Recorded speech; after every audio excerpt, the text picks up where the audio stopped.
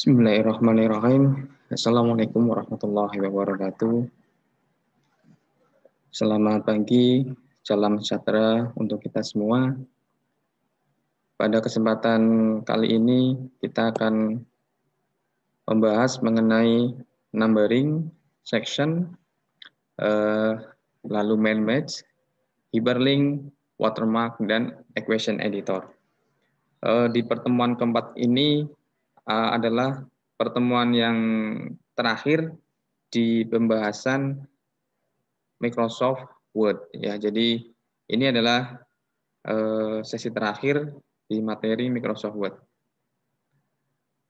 Oke, minggu yang lalu kita sudah membahas mengenai tabel, kemudian ada header footer ya. Lalu ada grafik ya, kemudian shape ya. Nah, untuk pertemuan keempat ini ya, kita akan lebih mendalam lagi mengenai materi-materi yang umumnya banyak digunakan ya, oleh kebanyakan orang. Ya. Jadi saya ngambil pokok bahasan yang selalu digunakan. Ya. Jadi untuk yang ada di luar materi ini bisa kalian explore sendiri, ya, bisa kalian pelajari sendiri. Oke, jadi tujuan pembelajaran kita pada pertemuan keempat ini, Anda nanti mampu menerapkan numbering secara otomatis dengan berbagai macam layout ya antar dokumen. Jadi dokumen satu dengan dokumen yang berikutnya itu nanti formatnya berbeda-beda ya. Nanti Anda bisa membuat layout tersebut dengan berbagai macam tampilan disertai dengan penomoran otomatisnya. Lalu Anda diharapkan mampu menerapkan section antar dokumen ya. Jadi agar dokumen tersebut bisa kita edit atau kita bisa rubah dengan berbagai macam bentuk yang bermacam-macam, kita gunakan yang namanya section. Kemudian membuat mail match ya. Mail match ini nanti bisa Anda gunakan pada saat Anda membuat misalnya surat undangan ya, jadi satu dokumen tapi ditujukan oleh banyak orang ya. Anda bisa gunakan itu, namanya mail match. Lalu hyperlink ya, lalu watermark, dan yang terakhir adalah equation editor. Jadi equation editor ini merupakan fasilitas yang bisa kita gunakan untuk membuat sebuah rumus ya di dalam kita mengetik ya atau membuat dokumen, tetapi di dalamnya biasanya ada rumus-rumus yang harus kita masukkan ya. Kita gunakan yang namanya equation editor itu. Oke. Ini adalah pokok bahasan yang akan kita bahas ya. Jadi ada section, penomoran bertingkat, mail match, hyperlink, equation editor. Oke. Yang pertama adalah penomoran otomatis. Jadi di pertemuan yang kedua ya kalau nggak salah, ini adalah kita sudah bahas mengenai numbering. Cuman ada satu lagi ya, numbering yang modelnya adalah bertingkat. Jadi bertingkat ini modelnya adalah misal 1.1 ya, kemudian 1.1.2, 1.1.3 dan seterusnya. Nah, itu nanti kita bisa gunakan yang namanya multi level list. Nah, posisinya ada di mana? Dia posisinya ada di sebelah icon atau grup numbering. Anda nanti bisa menggunakan yang namanya multi-level list ini apabila nanti di dalam penomorannya adalah modelnya bertingkat. Oke. Nah, caranya hampir sama ya untuk penomoran atau numbering ini modelnya sama. Jadi kita tentukan dulu nomor bentuk penomorannya seperti apa, baru nanti kita terapkan. Kemudian section ya. Section ini fungsinya adalah untuk membagi dokumen ya atau memberi suatu pemisah ya antar dokumen. Jadi nanti jika kita tidak menggunakan section ya kita tidak bisa merubah dokumen kita ya antar dokumen itu tidak bisa kita lakukan perubahan.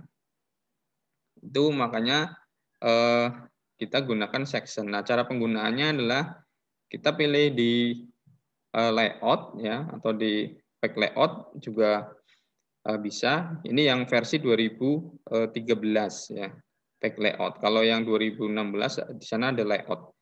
Ya, break, kemudian section break, kita pilih next pack.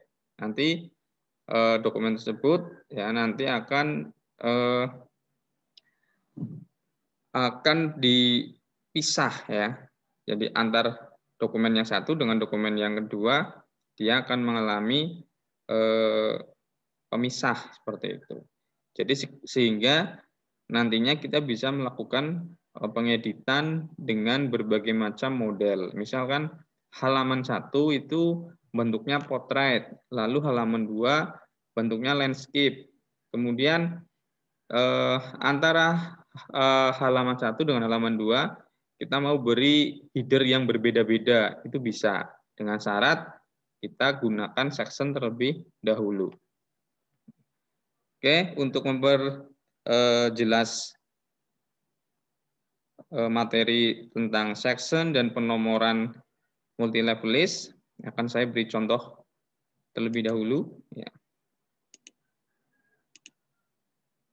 Oke, misalkan ya kita gunakan multi-level list ya apabila ada bentuk penomoran yang secara bertingkat. Nah, kalau yang sebelah sini adalah numbering. Ini yang model biasa gitu ya, belum bertingkat modelnya. Nah, kalau modelnya bertingkat, kita pilih yang ada di sebelahnya. Nah, di sini ada contoh-contoh model bertingkat. Ya, misalkan, nah seperti ini contohnya. Nah, ini model bertingkat. Ya, misalkan 1, ya kita misalkan latar belakang. Lalu kita enter. Nah, kita kepingin dia sebenarnya 1.1 ya. Nah, Anda bisa geser menggunakan increase indent. Nah, seperti ini dia geser 1.1. Ini kan subbab gitu kan. Rumusan misalkan seperti ini, lalu tujuan penelitian, lalu manfaat penelitian, seperti itu. Nah, kalau misalkan kita mau beranjak ke nomor 2, ya, Anda tinggal tekan enter lagi, Anda gunakan decrease indent. Nah, dia akan berubah ke nomor urutan ya, nomor 2 ke tingkat yang pertama. Kalau bisa saya sebutkan, ini adalah tingkatan pertama ya atau level pertama, ini level kedua. Jadi tingkatan atau urutan penomorannya gitu ya. Misalkan saya masukkan landasan teori. Nah, di sini kita sama modelnya. Nah, 2.1.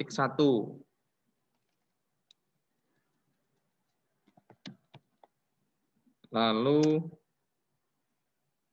nah, misalkan seperti ini. Nah, ketika kita ingin ada penjelasan lebih lanjut di dalam subbab web, ya harusnya kan 2.1 gitu kan. Nah, kita tinggal geser gunakan increase indent seperti ini ya. Jadi antara nomor ini ya, dia saling berurutan atau bertingkat. 22.1 ya. Kemudian kalau misal dia ada subbabnya lagi, kita bisa menambahkannya lagi. Seperti itu terus modelnya ya. Ini adalah penggunaan dari multi level list. Lalu berikutnya ya, saya contohkan untuk penggunaan dari section ya. Section ini di sini tujuannya agar antara halaman 1 ini, saya punya halaman 1 dengan halaman berikutnya, dia nanti akan bisa kita edit dengan berbagai macam bentuk ya, dan posisi penomoran. Misal seperti ini. Ya. Kalau saya belum punya, saya contohkan ada saya dua halaman ya. Nah seperti ini saya contohkan, saya punya 2 halaman seperti ini. Nah saya kepingin halaman 1 ini nanti bentuknya adalah portrait. Halaman kedua bentuknya landscape. Nah, kalau kita belum menggunakan yang namanya section, nanti halaman 1 dan halaman 2 otomatis bentuknya akan sama semua. Ya, tidak bisa kita lakukan pemformatan yang seperti ingin kita lakukan. Contoh halaman 1 ini bentuknya adalah landscape ya. Kita balik coba. Bentuknya adalah landscape. Ya, kita pilih di layout. Nah, di sini ada orientasi ya untuk pengaturan bentuk tata letak dokumen kita. Misal saya pilih landscape di halaman 1 saya ingin bentuknya dia horizontal. Nah, halaman 2 saya kepinginnya nanti dia potret. Nah, apa yang terjadi ketika saya belum menggunakan section? Ya, halaman 1 dan halaman 2 akan ditampilkan sama-sama menggunakan bentuk landscape. Ya, karena kita di sini belum menggunakan yang namanya section. Nah, caranya agar kedua halaman ini bisa kita lakukan berbeda-beda layout, kita gunakan yang namanya section ya. Kita masuk ke di sini tetap masih di menu layout, lalu kita pilih breaks ya. Kita pilih next page. Ya. Seperti itu. Nah, kalau sudah kita coba masuk ke orientasi. Halaman 1 adalah landscape, halaman 2 kita gunakan portrait. Kita lihat bentuk perbedaannya ya. Jadi halaman 1 betul landscape, halaman 2 adalah portrait. Nah, ini berhasil ya kita membuat 2 bentuk layout yang berbeda di antara satu file ya. Jadi satu ini adalah landscape, yang kedua bentuknya portrait. Nah, ini kita syaratnya harus menggunakan yang ini tadi ya. Ada next page, break next page. Seperti itu. Lalu di sini kita baru bisa memasukkan misalkan nomor halaman ya yang berbeda-beda, asalkan kita sudah menggunakan yang namanya ini tadi ya, section break ya.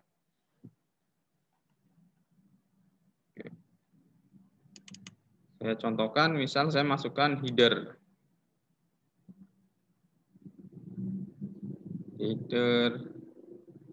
yang warna biru ya. Lalu yang kedua otomatis akan ada juga ya. Nah, di sini nanti kita tinggal mematikan sebentar. Nah,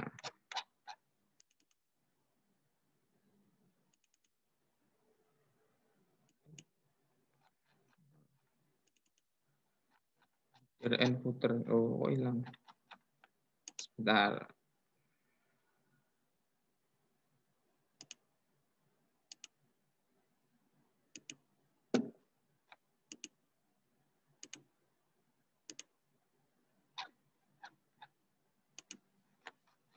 Oke, kemudian kita coba masukkan header.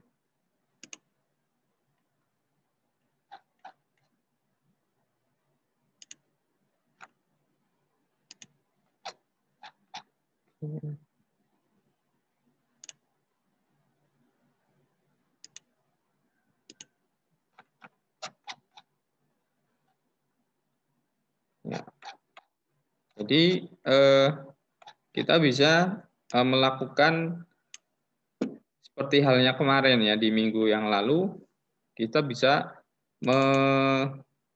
membuat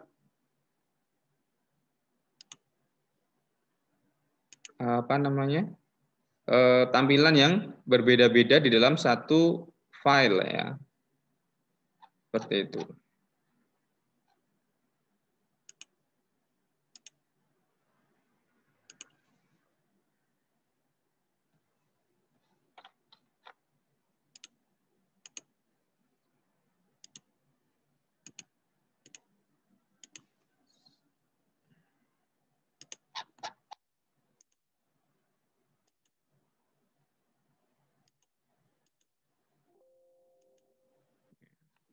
Nah, jika kita ingin melakukan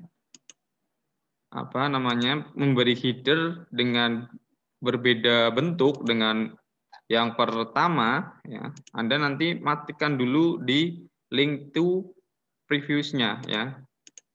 Pastikan dia tidak aktif, baru nanti kita bisa memasukkan header yang bentuknya berbeda-beda dengan halaman berikutnya.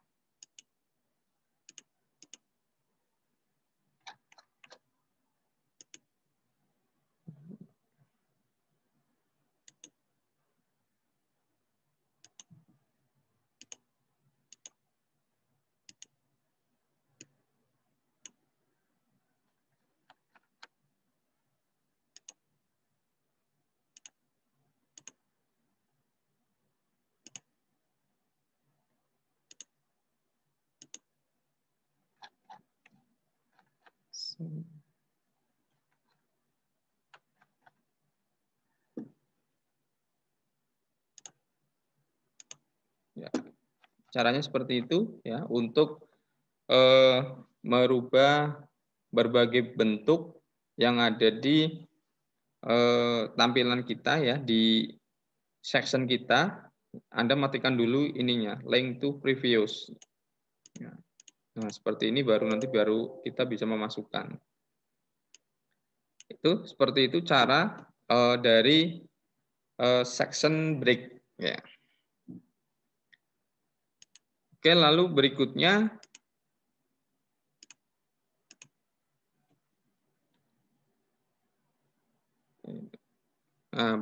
adalah mail merge ya. Jadi mail merge ini bisa kita gunakan untuk membuat model surat ataupun label ya. Misalkan Anda ingin membuat label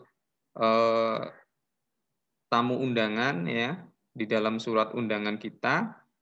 Nah, Anda bisa menggunakan yang namanya mail merge ini untuk mempermudah kita di dalam kita membuat label-label tersebut ya. Jadi caranya cukup mudah. Anda tinggal nanti masuk ke menu mailing ya, kemudian pilih start mail merge ya, kemudian cari select reshape.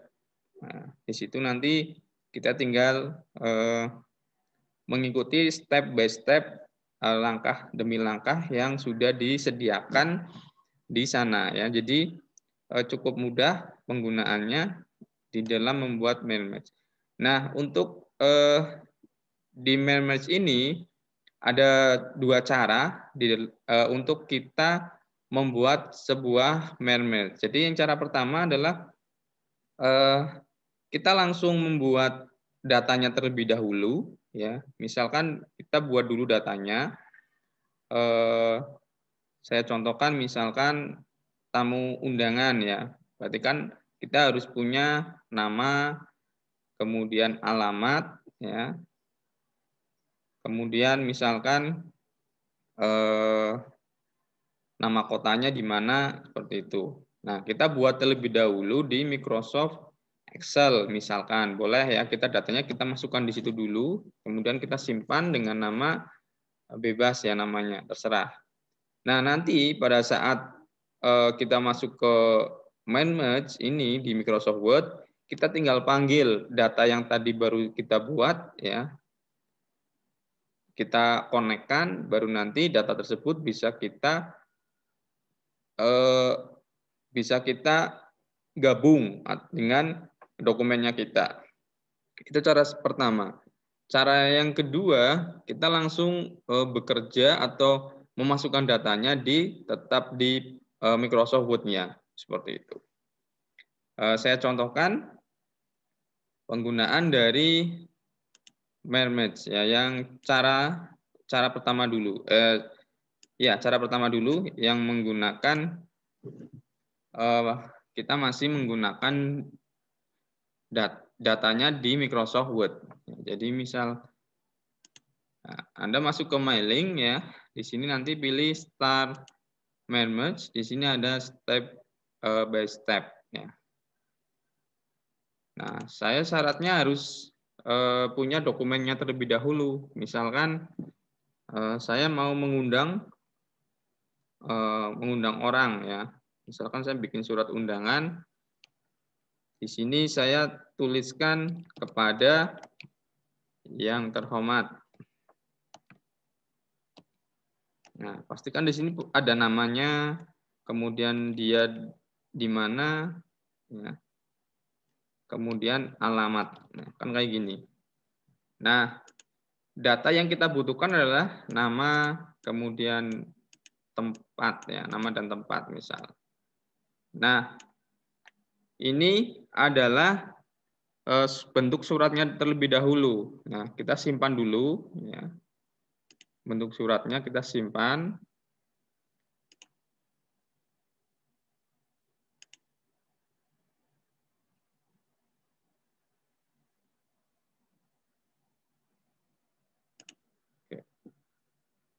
Oke, kalau sudah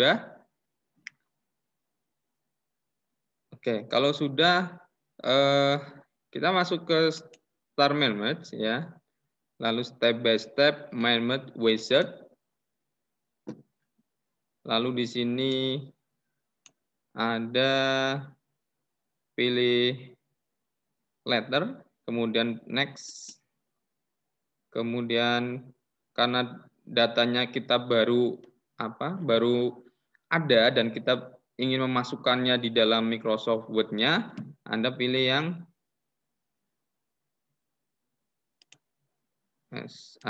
yang use the current document ya, kemudian pilih next. Kemudian Anda pilih tipe annualize, artinya data baru kita masukkan di sana. Kemudian kita next ya. Ya. Kita akan dibawa ke dalam kotak dialog ya. Sebuah tabel di sana ya, data. Nah, Anda lihat di sini ada title sampai dengan email address. Nah, Anda bisa menghapusnya menggunakan delete entry ya, atau Anda langsung saja masukkan karena ini adalah judul-judul di setiap kolom ya yang sudah secara default memang disediakan oleh Microsoft Word. Tapi kolom-kolom ini tidak akan saya gunakan. Jadi saya otomatis membuat baru ya. Saya pilih custom di sini ya. Ini Anda boleh semuanya di-delete atau rename juga boleh ya. Untuk mempercepat saya rename misalkan title saya ganti menjadi nama karena ini nanti yang akan dijadikan judul kolom ya. Nama lalu alamat,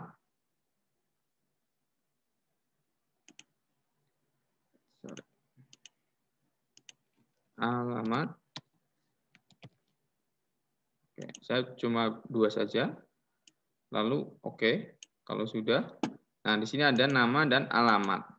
Lalu kita isikan datanya. Namanya siapa? Misalkan Bambang. Alamatnya Semarang. Untuk menambahkan, kita klik New Entry. Kemudian Suci.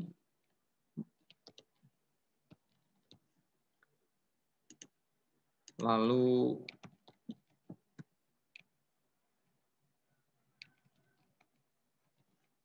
kemudian saya contohkan ada 5 data gitu ya. Kalau misalkan datanya ada 100 ya, kita masukkan sejumlah data tersebut, 100 data. Saya contohkan 5 saja.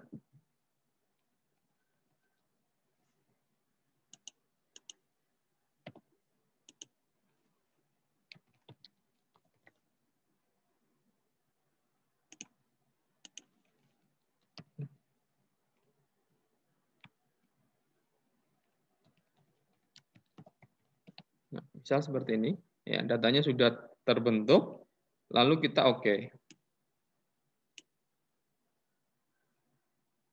Kemudian kita kasih nama ya,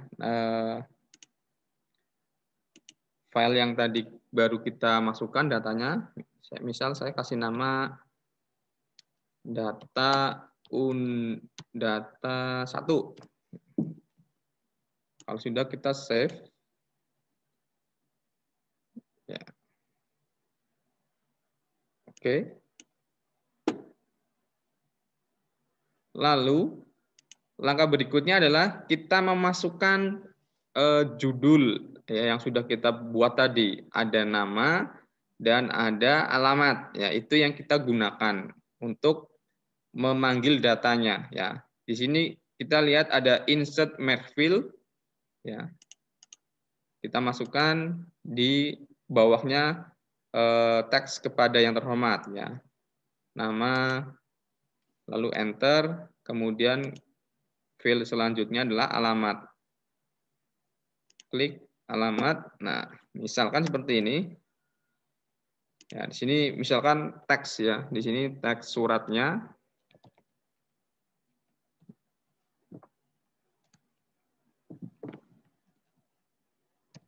Misal seperti ini ya, untuk mempercepat aja. Nah, di sini sudah terbentuk yang namanya sebuah mail match ya. Jadi kita sudah berhasil memasukkan field nama dan alamat. Lalu untuk mengecek apakah datanya sudah berhasil masuk atau belum, kita gunakan ikon ini preview result. Kita coba klik. Nah, di sini sudah masuk ya. Namanya Bambang Semarang. Nah, di sini untuk mengecek data selanjutnya kita gunakan ini ada next record. Suci dan seterusnya. Sampai 5 data. Ini yang dimaksud dengan mail merge ya. Jadi kita cukup membuat suratnya 1, tapi alamatnya kita kumpulkan ya, kita data, ya, kita masukkan ke fasilitas mail merge seperti ini. Nah, kalau sudah dirasa cukup seperti ini udah betul, nah kita tinggal misalkan print ya, kita tinggal print dokumen. Nanti akan tercipta seluruh surat tersebut ya. Semuanya akan disusun sejumlah alamat yang kita masukkan. Kalau ada 100 ya nanti akan 100 surat tersebut akan tercetak dengan berbeda-beda alamatnya. Itu seperti itu.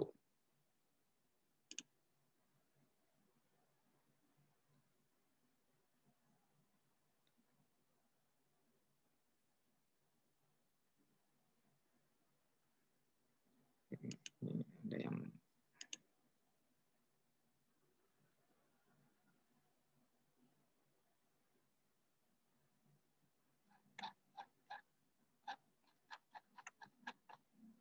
sebentar.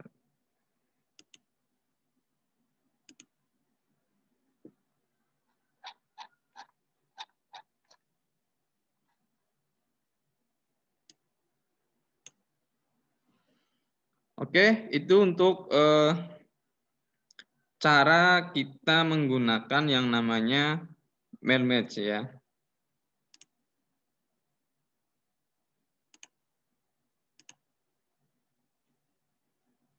Nah, untuk cara yang kedua, jadi menggunakan Microsoft Excel, caranya hampir sama, cuman bedanya di sini kita buat datanya terlebih dahulu ya, alamat suratnya tadi kita buat di Excel, kemudian kita simpan, lalu langkah berikutnya tinggal kita panggil ya, pemanggilan dokumen Word-nya sama seperti yang tadi, caranya sama. Itu seperti itu untuk mengenai mail match. Kemudian hyperlink ya. Hyperlink ini kita bisa gunakan apabila kita tidak mau direpotkan dengan bentuk-bentuk pencarian file ya. Misalkan kita sudah punya file cukup banyak di dalam satu folder, lalu kita ingin mencari file tersebut gitu ya. Nah, kita bisa gunakan yang namanya ini hyperlink. Jadi untuk menghubungkan satu file dengan file yang lain ya. Seperti Anda membuka atau mengakses internet ya, Anda klik misalkan mobil ya, teks mobil, Anda klik teks mobil, nanti dia akan memberikan informasi mobil tersebut secara spesifik ya. Itu seperti itu hyperlink. Lalu watermark ya. Watermark ini kita gunakan untuk memberikan sebuah identitas di dalam teksnya kita ya. Biasanya kalau di sebuah perusahaan itu teksnya ada bayangan di belakang di teks belakangnya itu dia ada seperti bayangan logo perusahaan, kemudian ada visi misinya perusahaan atau slogan ya. Itu biasanya dibuat seperti itu ya, dia untuk memberikan sebuah ciri khas di dalam dokumennya ya. Contohnya adalah seperti ini ya, penggunaan dari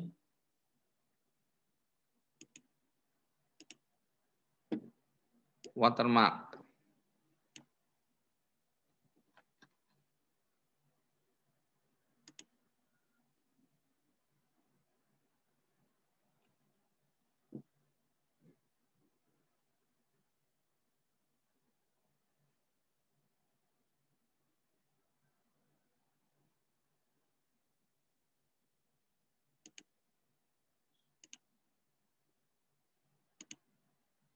Ya, seperti ini ya, saya contohkan. Jadi watermark ini Anda bisa memodifikasi atau mengedit sesuai dengan keinginan kita. Ya, jadi masuk ke menu desain ya.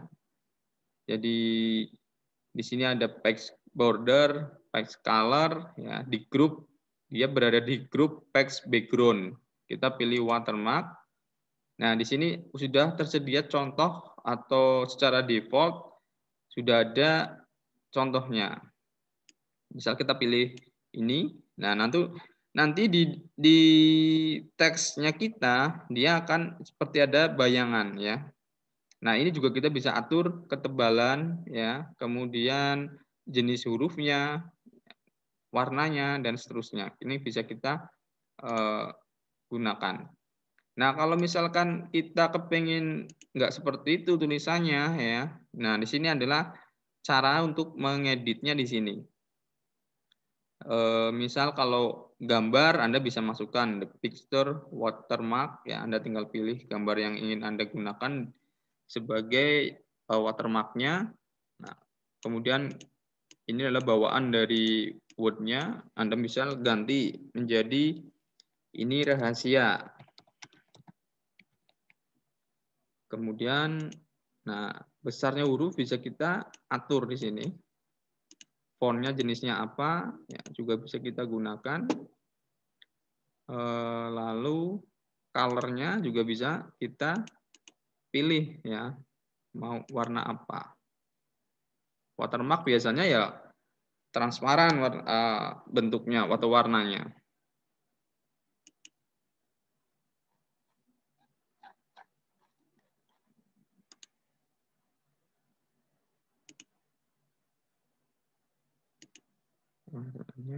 Ini.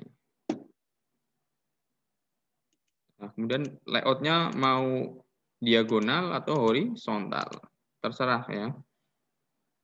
Play, oke,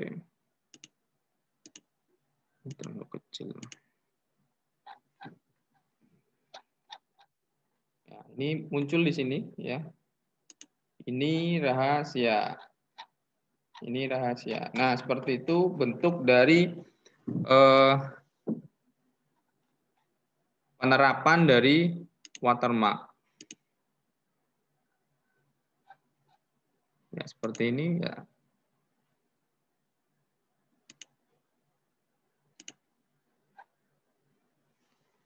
Jadi seperti efek bayangan gitu ya di dalam sebuah teks atau sebuah dokumen kita. Jadi kalau kita masukkan sebuah teks di sini,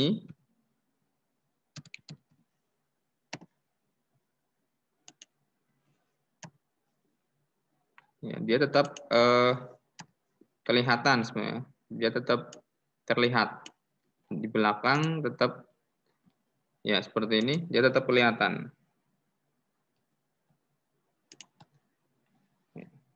Nah, ini yang dinamakan watermark. Ya, seperti itu. Oke, berikutnya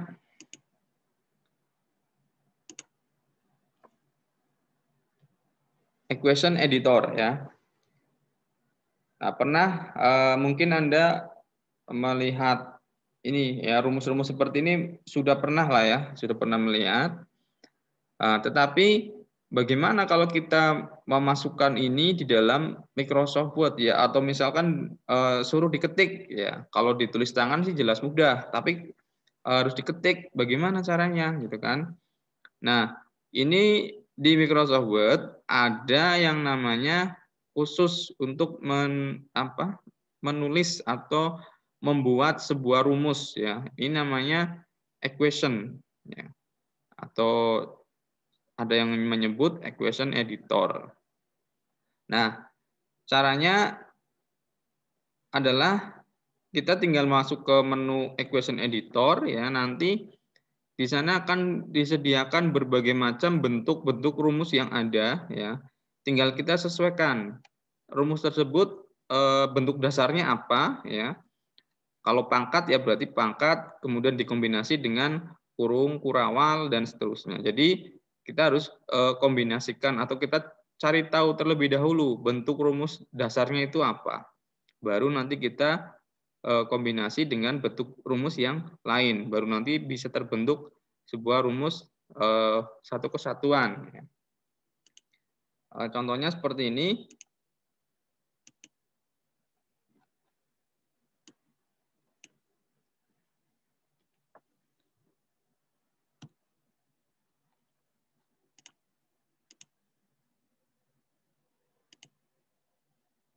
Kita masuk ke menu insert, ya, lalu di sana ada equation.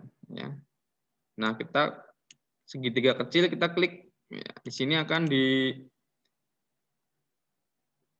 disediakan berbagai macam bentuk rumus. Ya. Nah, kita masuk ke new equation. Nah, di sini Anda lihat ya, di sini ada pembagian, ya, ada pangkat, ya, kurung buka, kurung tutup. Nah, ini adalah bentuk-bentuk rumus dasar ya, yang dimaksud saya tadi ini bentuk rumus dasarnya. Lalu baru kita nanti akan kombinasi dengan rumus-rumus yang lain. Misalkan kita akan membuat rumus model perpangkatan ya. Nah, di sini ada sudah ada bentuknya. Ini bentuk dasarnya. Kita klik terlebih dahulu ya. Nah, lalu kita misalkan 3/2. Nah, di sini ada tanda bagi. Kita klik, ya seperti ini. Ya.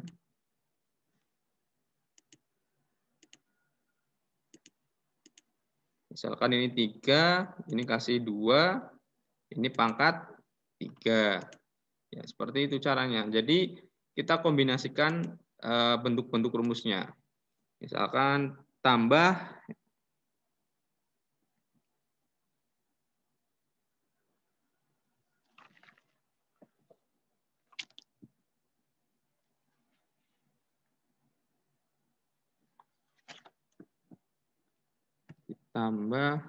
lalu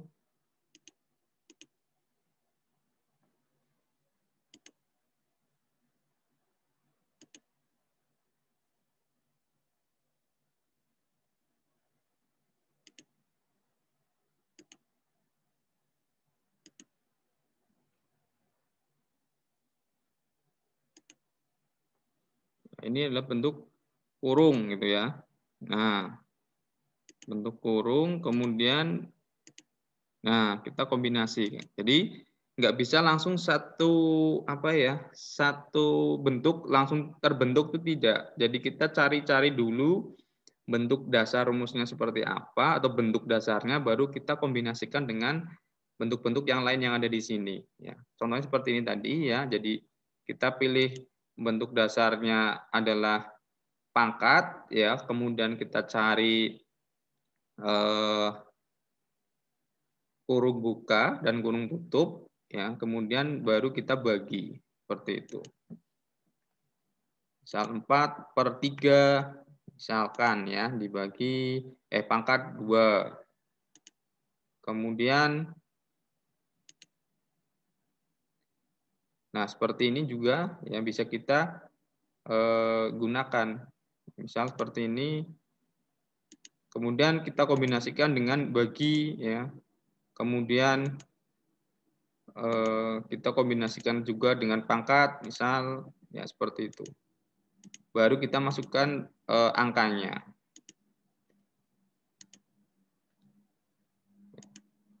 Misalkan ini 1. Ya, seperti itu untuk